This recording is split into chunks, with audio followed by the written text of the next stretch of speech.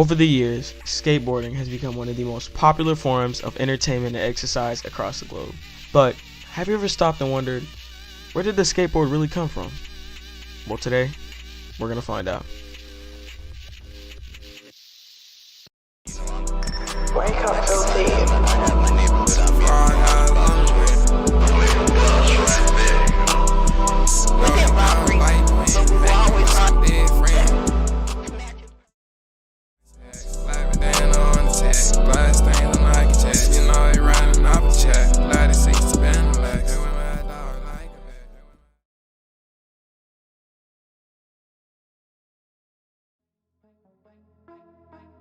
Skateboarding was created sometime in the late 1940s or early 1950s when surfers in California wanted something to surf when the waves were flat.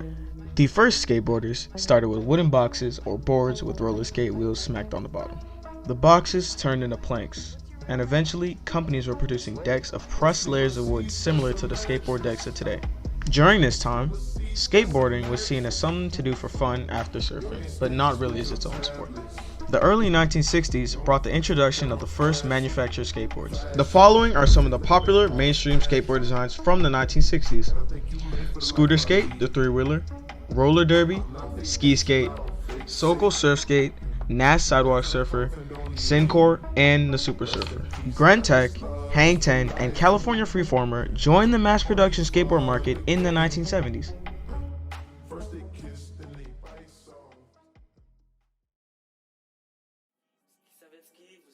In 1963, skateboarding was at peak popularity, and companies like Jack Hobbies and Makana started holding skateboarding competitions. At this time, skateboarding was mostly either downhill slalom or freestyle. Yet, by 1966, the sales had dropped significantly and Skateboarder magazine had stopped publication.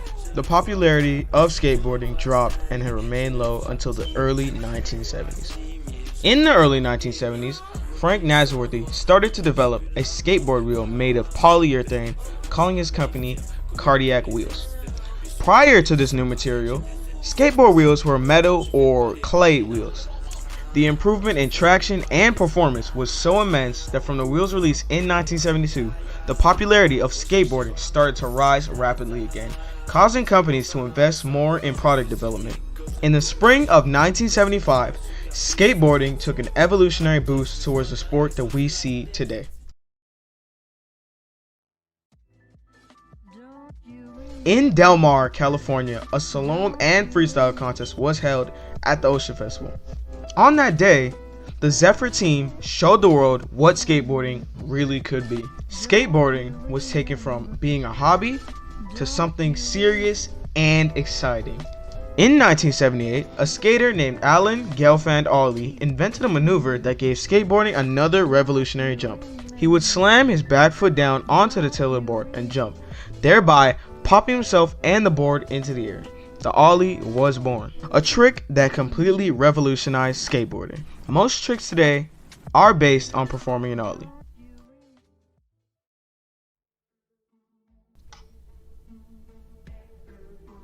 Freestyle skating remained healthy throughout this period, with pioneers such as Rodney Mullen inventing many of the basic tricks of modern street skating, such as the impossible and the kickflip. The influence freestyle had on street skating became apparent during the mid-80s, but street skating was still performed on wide vert boards with short-nosed side rails and large soft wheels. Skateboarding began influencing clothing styles, music, and culture. In 1984, Stacy shot the first of a long series of revolutionary skate videos, the Bones Brigade Video Show. ESPN held their first Extreme Games in Rhode Island. The first X Games was a huge success and helped pull skateboarding closer to the mainstream and closer to being accepted by the general population. In 1999, Tony Hawk became the first pro skater to land a 900. The 900 is a 2.5 revolution aerial spin performed on a skateboard ramp. It's considered to be one of the most technically demanding skateboard tricks out there. Since 2000, attention in the media and in products like skateboarding video games, children's skateboards, and commercialization have all pulled skateboarding more and more into the mainstream. Today, skateboarding is one of the most popular hobbies thanks to video games, clothing, social media, and television.